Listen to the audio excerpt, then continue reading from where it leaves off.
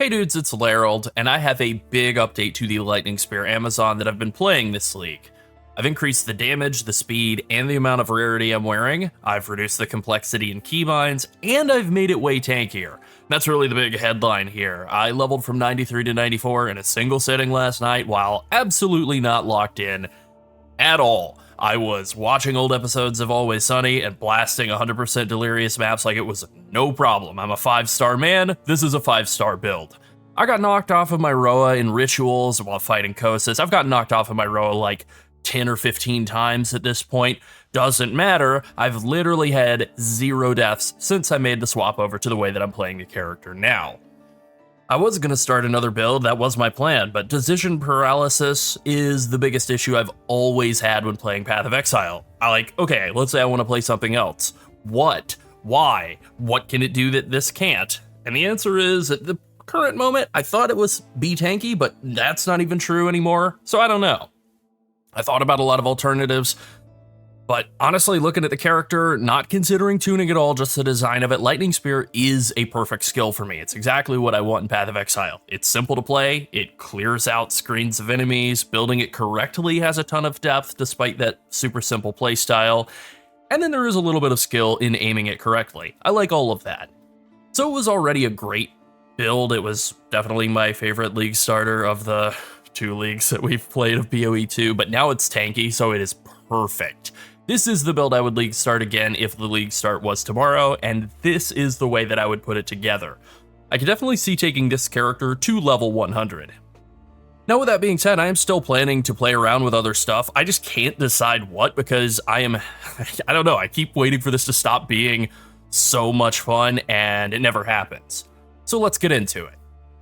Alright, so we did get some questions in the last video about leveling, and I just wanted to give like a very brief overview on that. At level 5, so like a level 3 skill gem, you can pick up Rake, and Rake makes you, it makes you move in a melee range with the enemy, and then you can combine that with the support gem, which you can get from a level 1 support Stomping Ground. That'll give you shockwaves whenever you take a step using the skill, which is what Rake is all about, and that shockwave does damage based on your strength, like... let me actually stay locked in on that. The second line of this here, the shockwave, deals 100 to 150% of your strength as physical damage. So what you do is you combine Rake and Stomping Ground, then you stack a bunch of strength, and that'll pretty much carry you for through like the first 3 acts or so. After that, you can make the swap over to using Lightning Spear in Act 3 once you kill the Witch of the Azak Bog and get your second 30 Spirit bonus. From there, you can use Combat Frenzy to generate charges and Herald of Thunder with Electrocute to trigger Combat Frenzy, and then you can basically just work toward the high-end version of this build from that point all the way through the rest of the campaign, if you've gotten bored of Rake, which you may not have by that point. Alright, so now I want to talk about the changes I've made to the passive skill tree, which are extensive. So... I'm done with all of the stuff down here, versatile arms, forces of nature, all of this. I really did like all of this, especially the Giant Slayer wheel. I really do like it. It just isn't tuned to do enough damage to be competitive with some of the stuff up top. We're getting a lot of elemental penetration out of exposing enemies, and then we're taking advantage of that by using Exposed to the Storm, getting more crit chance on enemies because they are exposed, and getting a lot of elemental penetration out of this lower branch. We're also really taking advantage of, I don't know why that point's in there, we're really taking advantage of Tangletongue, which I have swapped over to. I found one of these on day 1, and it was basically this roll. It was like a 19.6 or 19.7 crit chance roll, and I think I sold it off for, at the time, what felt like a small fortune, like a few divines, but obviously I would love to have it back. But a really, really, really good Tangletongue like the one that I'm using here with a very, very, very high crit chances. 5 divines maybe, I think that's what I paid for this one, and I self-found one that was pretty close, like 1% crit chance off from this. If I could find it, yeah, here it is, 18.9% crit chance, and this would go for... less than a divine probably. If I tried to sell it for a divine, it would probably take a little while to actually move it. So Tangletongue, just to kind of pinpoint at that, what it does is it forks your critical hits, and that makes it so that your critical hits will roll twice, and if either of the rolls is a critical hit, then it counts as a critical hit.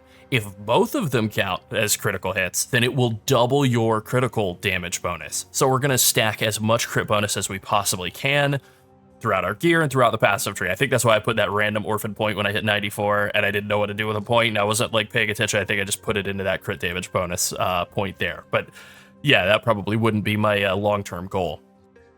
So the way that I've gotten a lot more tanky is by coming up this direction and taking stuff like True Strike and For the Jugular and Deadly Force and Moment of Truth, getting all of this extra bonus added into crit, Throat Seeker as well. I've also branched over here into taking Spectral Ward, getting a bunch of energy shield out of the evasion rating on my body armor, and taking Mindful Awareness just for more evasion rating, and also taking Crashing Wave for extra damage if you've crit in the last 8 seconds. So we're getting a lot of extra damage out of critting recently, or critting in the last 8 seconds out of like Crashing Wave and this small passive, and also out of dealing a non-crit recently out of Moment of Truth. Like that really adds up to a lot of critical damage. But then we're also able to get a pretty good amount of defensive scaling actually out of just the combination of like Mindful Awareness, Spectral Ward, enhanced reflexes, and then just escape velocity. Like we're really not putting a lot of eggs into the defensive basket, but the multiplicative scaling that you get onto energy shield out of these, and then some of the interactions that we're getting out of some of the auras that we're running really just have like a very, very strong effect to kind of cover a lot of weaknesses that exist in the build, right? Like you're not getting a massive amount of health. I did go from like 1500 health to 2100. Pretty big jump up. I also went from, like 2 energy shield or whatever to 940 energy shield. So pretty substantial jump in effect, like combined life and ES. Not exactly effective health, but we would say like I basically went from like 1500 to 3k. And I did make some gear swaps along the way, but just to kind of like look at those, swapped out my body armor for one that is evasion and ES. And life, and some decent resistances. Same with the helm. Life, a lot of rarity, bit of int and lightning res. The boots, same deal. Move speed, life, some resistances, some evasion and ES, and I'm trying to run that in every single slot, right? Evasion and ES in every slot. And I've obviously dropped the Kotoko's Current, and just simply gotten, because the downside of Tangletongue is that it has very, very, very, very bad flat damage on it. What you want to do is you want to compensate for that by just getting flat damage everywhere else you can.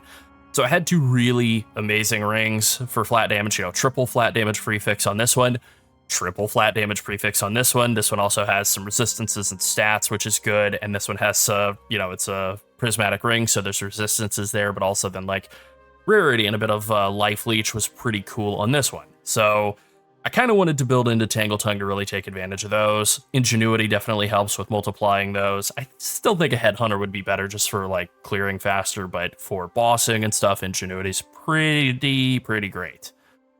Now, because Ingenuity has basically no accuracy on, well, not basically, literally no accuracy on it, and I'm not even using an accuracy rune, which you could do, but since I'm not even doing that, there's literally no reason to take Penetrate. You could see it would add less than 1% damage, and that would only be because of the small passive along the way.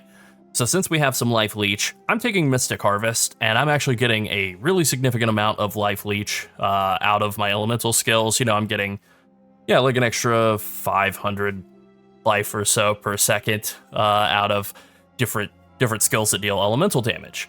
Now, because I have swapped from using a shield into using a scepter, I am able to, you could say I have 300 spirit, I'm able to run a ton more auras, including, most importantly, Wind Dancer, which I think has really been the main thing that has kind of saved my bacon, the combination of the classic combo, Wind Dancer and Ghost Dance, at it again.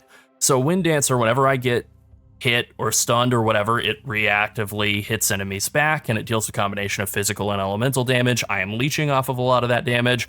Sometimes it'll just kill them. So this all combines to just make me like much tankier than I was before, where I was basically just taking everything to the face and just like, hoping I would live with 1500 base health or whatever.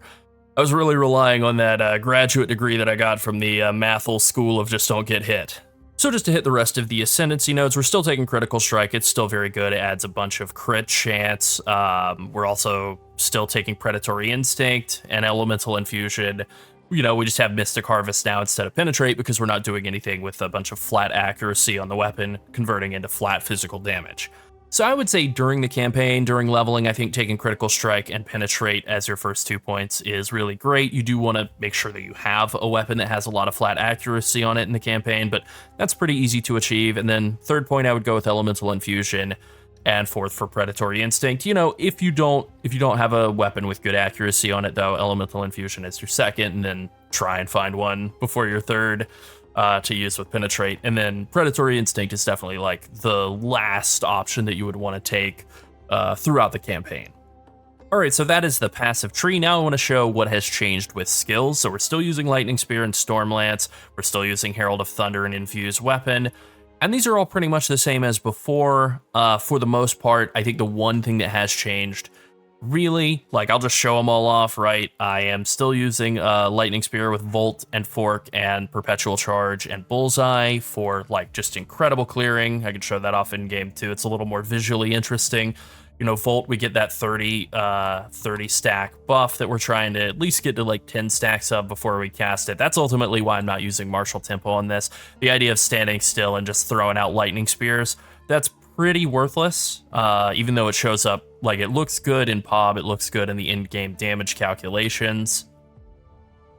Like, if I throw in, just take Martial Tempo and throw it in place of Bullseye, like, it looks good, right? It looks like a damage increase, but it doesn't really work like a damage increase.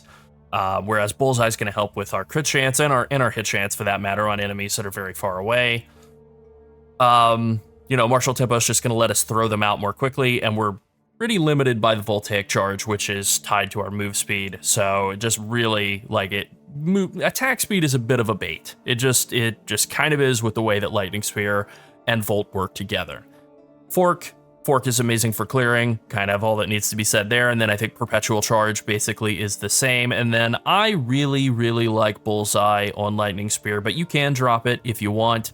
I did play around with running twofold or dropping it for Deliberation to get 20% more damage. The downside of Deliberation is, you know, if you're using it while you're off of your row amount, it's a pretty noticeable move speed reduction. Like, I can just show the difference there, right? You know, like, that's pretty substantial. And that is one advantage that Martial Tempo offers, even though I still think the DPS value is a little bit baity. The skill comes out faster, so you're slowed for less time. So that is at least an advantage that is offered. So I like twofold because the value that you get out of consuming charges is you get split toward 3 targets and 50% more damage, and so that doubles. Now you split it towards 6 targets and you deal 100% more damage. So, like, that's pretty good, but mathematically that's like a 20% chance for 50% more damage. So that's like 10% more damage on average. It's definitely not as good as just running Deliberation and then just being on your Roa, getting 20% more damage all the time, and a downside that you're able to totally negate. As for Stormlance, I have gone up to a 6 link on this, or a 6 socket on this. I'm still using Scattershot. Some people don't. I've played around with not running Scattershot and just, like, hand casting every single one of these out. And in that case, I think Martial Tempo actually could be good on Stormlance, although not exactly the best. You know, I think you'd probably be better suited by running maybe something like Execute and really trying to use it to, like, blast down bosses. I think the issue with this is just simply, while you get more damage per second out of each spear by not running Scattershot, you do then have to actually sit there and spam cast Lightning Spear, which, if you're bossing, maybe that's what you want to do, just be spam casting Lightning Spear on the boss, and then very occasionally, or Stormlance on the boss, and then very occasionally Lightning Spear the boss when you've built up 30 Voltaic Charges. Maybe that's a playstyle you like, but for me, I kind of like just throwing down all 3 spears at once, and then giving myself more time to dodge and hit them with Lightning Spears, you know, and basically just be maintaining Stormlance under the boss instead of, like, spam casting it. So to that end, everything else is built around maximizing the damage that comes through that. Lightning Infusion and Primal Armament, super great synergy. They just they multiply each other. They add a lot of damage. Blind side, because you're not able to blind with this, you know, that's fine, right? We're not trying to build around blinding out of this anyway. We have blind hooked up into our infused weapon. That's where we're getting our blind. It's where we're getting our shock chance, our lightning exposure, and our culling strike. So we've got super utility out of infused weapon. But that does mean that we're blinding enemies pretty much all the time, especially any sort of enemy that we're on for a while, a boss or whatever. So Blindside's going to give you 15% more crit bonus and 15% more crit chance on those blinded enemies, and then Overextend is going to give us 30% more crit bonus as well. So we're getting 45% more crit bonus on top of all of the crit bonuses we already have, and 15% more crit chance. So because of that, Stormlance just like vaporizes bosses, and we can look at the effective crit chance. The effective crit chance for that twice critical hit is like 53% chance. Before the crit chance from our hit chance from being an Amazon is added in, and then our main can crit bonus is 814%. Like, it's absolutely insane. It definitely could be higher if I had a little bit more crit multi on the gloves, but I'd have to give up like a resistance suffix in order to achieve that, or maybe like the fizz attack leached as mana, but that's a nice stat to have. And obviously getting gloves that would have an extra like 20-something% crit multi would be like a double-digit divine investment, so I'm pretty happy with things as they are.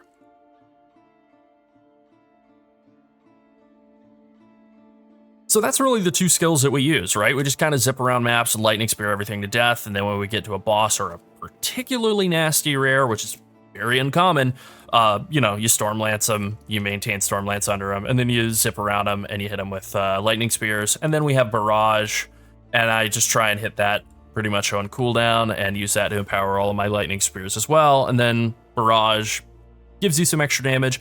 We're using Inhibitor, so it won't waste any of our charges. We're saving those all for lightning spear or Stormlance.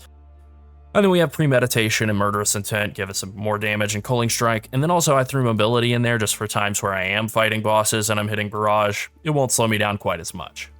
Wind Dancer I already talked about a little bit, but Maim on Wind Dancer is a classic, Pin is as well. Arm's Length is a newer support gem. I think it was added pretty sure it was added in this patch, and it's good, right? It's more knockback distance.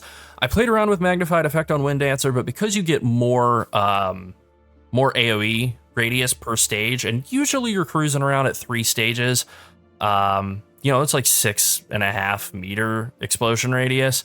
What would you get, like another half a meter radius out of 30% more AoE effect out of magnified effect support gem? So I just don't actually think it's all that great compared to just getting like more knockback distance, getting more distance from the enemies, and then also Unbreakable, giving you more stun threshold while you have Wind Dancer. Basically, while you're doing the very brief Gale Force attack, you also get the extra threshold. There's like a real nice little interaction between Wind Dancer and Unbreakable to just make you not fully stun immune, but really, really like much harder for enemies to stun. That's a really, really good combo. So I'm also not using Sniper's Mark as a self-cast skill at all. I have improved my brain. I spent a lot of the points in coming up here, and also just like, Amulet, right? A lot of pieces of gear have been oriented around getting enough int in order to be able to use cast on crit.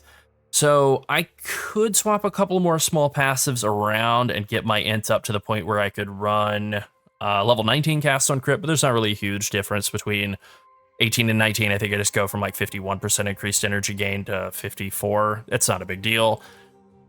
You can if you have good stats for it, but if you don't, it's not the end of the world. And so what we're doing is we're putting Sniper's Mark in there and the cast on crit, obviously. And then I'm using, I organize these alphabetically: Impetus, Ingenuity, and Inspiration. And so the idea here is you get more energy generation, you're just triggering it more often. The cooldown reduction on Sniper's Mark helps make this come out a little bit more quickly. And then Inspiration, it is a bit of a mana hog, so it'll cost less. I think, it costs like 63 mana, pretty cool. This is something that Tangletongue really offers. It's like pretty nice, is 20 int on your weapon is actually like pretty helpful for hitting some of the high int requirements, being as you are like a pure dex class and a pure dex section of the tree. That's another reason why coming over here to the monk section and being able to get stuff like Flow Like Water is helpful. You get 10 int out of For the Jugular as well, 10 dex out of True Strike. So, by coming over this way, spending all these travel points, you're kind of able to hit the stat requirements a lot more easily. It does help to get an amulet, though, like this one that has a little bit of all stats, a little bit of int on it. Also, a Sceptre with some int on it can really help, too. So that is also very useful. So like I said, we are still using Herald of Thunder. The one thing that I have changed is I've just gone back to the original way I did it in the campaign. Basically, Innervate, Electrocute, Neural Overload, and Longshot. The classic trio of Innervate, Electrocute, and Neural Overload. So you're electrocuting enemies all the time while you're mapping, and you're generating frenzy charges through Combat Frenzy because of that. And then Longshot just so it does more damage. If you have enough Spirit left over, which I don't quite have enough, you could potentially use Deadly Herald. Basically, Deadly Herald is like 20 extra Spirit cost, and then it gives you, I think, just 30% more damage all the time, as opposed to Longshot giving you only if they're far away. Herald of Thunder is usually hitting enemies that are far away, so they're pretty much the same difference, or same thing, except this one doesn't have a massive 20 Spirit cost associated. Combat Frenzy, I'm using Profusion on that. You can put that into your cast on crit setup instead of Inspiration if you want. That'll definitely give you more Frenzy Charge uptime in bossing, but I prefer this setup for mapping. I always like a setup where I could just do everything with it and not have to swap stuff back and forth. It's okay to swap stuff back and forth, definitely like a thing that high-level players know how to do, but I just kind of like to have a setup that'll do everything without any changes. So Combat Frenzy, I'm also using Precision Cannibalism and Clarity. Clarity, very optional, definitely not mandatory at all. Like, I could just drop that and use Deadly Herald instead if I wanted to 6-link my Herald of Thunder. That would be the plan. That is exactly what I would do. And then finally, the raw amount, still using Meat Shield, Loyalty, Minion Mastery, and now Elemental Armory. I did finally go out to a 5-link on him. You know, pretty basic stuff. Ghost Dance with Fast Forward. This is the last of the skills here. Ghost Dance with Fast Forward, 2.17 second duration between Ghost Shrouds, 3.1 without it. So definitely want to have Fast Forward if you're using Ghost Dance. Ghost Dance gives you ES whenever you take a hit, based off of your evasion. I think with the amount of evasion I have, yeah, here it is right here. 434 evasion or energy shield recovered. Actually pretty significant. That is based off of having 3 stacks of Wind Dancers. So like if I turn that off, you know, say I've just gotten hit and now I'm getting hit a second time, only 333. Still pretty good though, right? Like considering that this build had absolutely nothing coming in when I was being hit before switching over to this setup, I think this is pretty great. I mean, this is the reason why I was able to, like I said, get like knocked off of my mount while fighting Kosis, or I mean multiple times in rituals where I was just straight up not paying attention. I was like watching Mac and Dennis be you know, normal, and didn't matter, didn't kill me, totally fine, primarily because of the combo of Ghost Dance and Wind Dancer. All right, I got into editing, and there's one thing I wanted to kind of touch on here that can be a little deceptive with the in-game DPS calculator, which is most of the time kind of accurate, and actually at times more accurate than POB. There is one thing that it can't measure, can't deal with, and that is the fact that Malice is going to be giving you a lot of flat crit in any sort of like sustained damage situation. That can make it so that some of these small passive crit chance bonuses look a lot more appealing than a lot of these crit damage bonus points.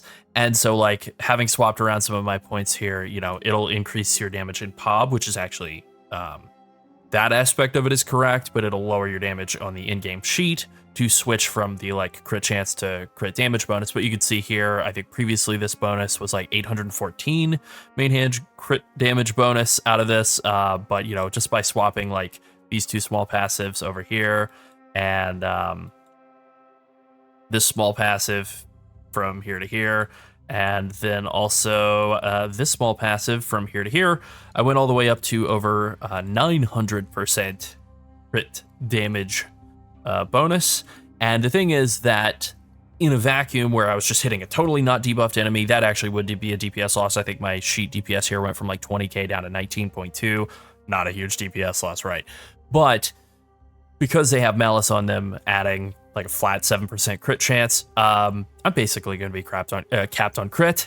And so that increase of 87% crit damage bonus has a massive, massive damage increase that is totally not reflected in sheet. And then also isn't totally accurate in POB either, because POB isn't able to correctly handle the way that forking critical hits works yet. Obviously, Local Identity does a great job. Not trying to disparage them at all. It's an amazing tool. Would love for that Tangletongue component to work, but that's fine, right? That it is something that we're kind of having to figure out on the fly. I'm literally having to go back and make changes to, even in the process of making a video where I'm talking about it, because there is a lot of complexity, and that is something I definitely didn't want to leave unsaid, unaddressed, because, you know, you could be losing a lot of damage by not, you know, by stacking crit when you're already at the crit cap and not adding in even more crit damage bonus. All right, so I've already talked a bit about gear to this point. I just want to touch on a couple of things that are maybe a little less obvious. Like, I think, you know, getting evasion and energy shield on helm, body armor, gloves, you know, all of that, that makes sense. Move speed on boots, obviously you're going to do that. Any flat damage you can get on your rings and your gloves are going to have a massive multiplicative effect through Tangletongue, so they're very, very important. A couple of priorities I would try to go for is you really do want to get life leech somewhere, and if you can't get life leech anywhere, which not the end of the world, but you definitely wouldn't want to take Mystic Harvest if you have no life leech. You could play with Azamiri Brew instead. That might be okay. Have your life and mana flasks work as the other. You know, I wouldn't be super thrilled about that. And for the kill, maybe would be an option. Just to give yourself some like move speed and stuff while you're fighting enemies. I'm really not a huge fan of that though. I would really just try to get life and mana leech. Just kind of takes a lot of the like annoyance out of playing the build. I feel the same way about having at least one blue gem, a sapphire with 2%, recover 2% of mana on kill. Really helps a lot, especially with now that I don't have super low int and I'm not rocking like 490 mana or whatever. This really helps with sustaining mana. I feel like I almost never hit my mana flask anymore, which is pretty great. It's pretty rare that I actually feel that I have burned through all my mana and haven't been leeching back. Usually it's like a boss immunity or phase or something where I'm still attacking because I'm not really paying that much attention. In terms of the amulet, this is a really kind of a special piece of gear here. Getting life is good. Getting stats is obviously very important. If you can get spirit, that will definitely help with being able to run all of these different auras, because there are quite a lot of auras here, right? And so you're able to get spirit in two ways. You're able to get it off of your Sceptre, which is really, really good, something you're going to want to go after. And then you're also able to get it off of your amulet. Technically, you can get it off of your body armor as well, but that is a very competitive spot on your body armor. You know, you've got life and percent evasion NES and flat evasion NES rolls all competing in that spot. And potentially, if you wanted to really build for an even tankier setup, you could maybe go for a body armor that doesn't even have life on it. It just has like triple evasion ES rolls on the prefixes, and then you would obviously want to use iron runes like I have done here, and that could potentially add quite a lot more energy shield than you actually would be losing in life. You know, you might be losing 200 life and gaining 500 energy shield out of that deal if the piece is well rolled enough. This is just a piece if I remember correctly, I just self-found this piece and I said like, that looks pretty good, I'll go with that. So just to nail one last thing down on the amulet, there are a lot of options for your Amulet Anoint. I am going with Barbaric Strength, which is this bonus over here because it is such a massive critical damage bonus. Increase, and it also comes with 10 Strength. That's actually pretty good. There are definitely some other options, but there's a lot of stuff that shows up in POB as being better for your Anoint that really isn't. I think this winds up being pretty much the best option for the cost, which is also not that high. It's a Guilt of Despair and an Envy, so not that bad. Getting +2 to level of all proj skills is obviously really good, or I think it goes up to 3. But you know, getting level of proj skills obviously is good since you're using all proj skills, right? Lightning Spear and Stormlance, both proj skills. That's pretty much all you're using, so it's good. Not mandatory, but it's like 5% more damage for each one of those levels that you can get, so not bad if you can get it. As for the Sceptre, this is one that I bought from someone. It costs a couple of divines, and there are a lot of different options among Scepters. I'm going with an Omen Sceptre because it grants the skill level 18 Malice. Malice puts a stacking critical weakness debuff on enemies. It increases their chance to be crit by 0.5% per stack, and it stacks up to 20 times. It lasts for 7 seconds. The quality on the skill is based on using, I'm gonna have to look these up, Arcanist Etchers on the weapon. You can see that it's a 20 quality weapon, and that is where that quality on Malice is coming from. So it lasts for, if I expand it here, it lasts for 7 seconds at a time, and that's because of persistence. It would be 5 without that. So the frequency that I'm applying critical weakness, roughly every half second. So I'm able to maintain about 14 stacks of critical weakness on an enemy. And that's a big part of why that increased presence AoE is pretty valuable. These are really the only 3 stats that you're looking for on a rare Sceptre, right? Increased spirit, you want a high roll on that. Int, that's obviously good. If you can get some mana regen or whatever, or max mana, that's cool. And then increased presence area of effect, because it makes it a lot easier to stay in range of them and be applying malice stacks. Now, there are a couple of other options you can go with for Scepters. I can't remember all the names. There's one that gives you energy shield. It just gives you discipline. That's a pretty good one, you know, just an extra like 400, 300 energy shield. Pretty nice. And then there are multiple different ones that grant like purity of blank element, you know, ice, fire, lightning. Those all would obviously help a lot with resist, so you can use any of those for gearing, but I think Malice is probably the best one because it adds a pretty substantial amount of flat crit chance onto enemies, and obviously that has a multiplicative effect with your ability to deal, just egregious amounts of damage with the Tangletongue being able to double crit. And obviously, if you have like 14 stacks of this buff built up on an enemy, it's a lot easier to double crit them. And you can see some of the bosses just get absolutely deleted by Stormlance with all of the bonuses it has to crit multi, then also benefiting from the massive amount of flat added crit chance I'm getting out of the Malice debuff. So I said it before, but Lightning Spear has truly exceeded every expectation I had, and it continues to do so. I've been disappointed by like how hard Toxic Rain Pathfinder's been nerfed in PoE 1 over the last couple of leagues, which obviously is worse given that those leagues feel like they've gone on for the last 5 years.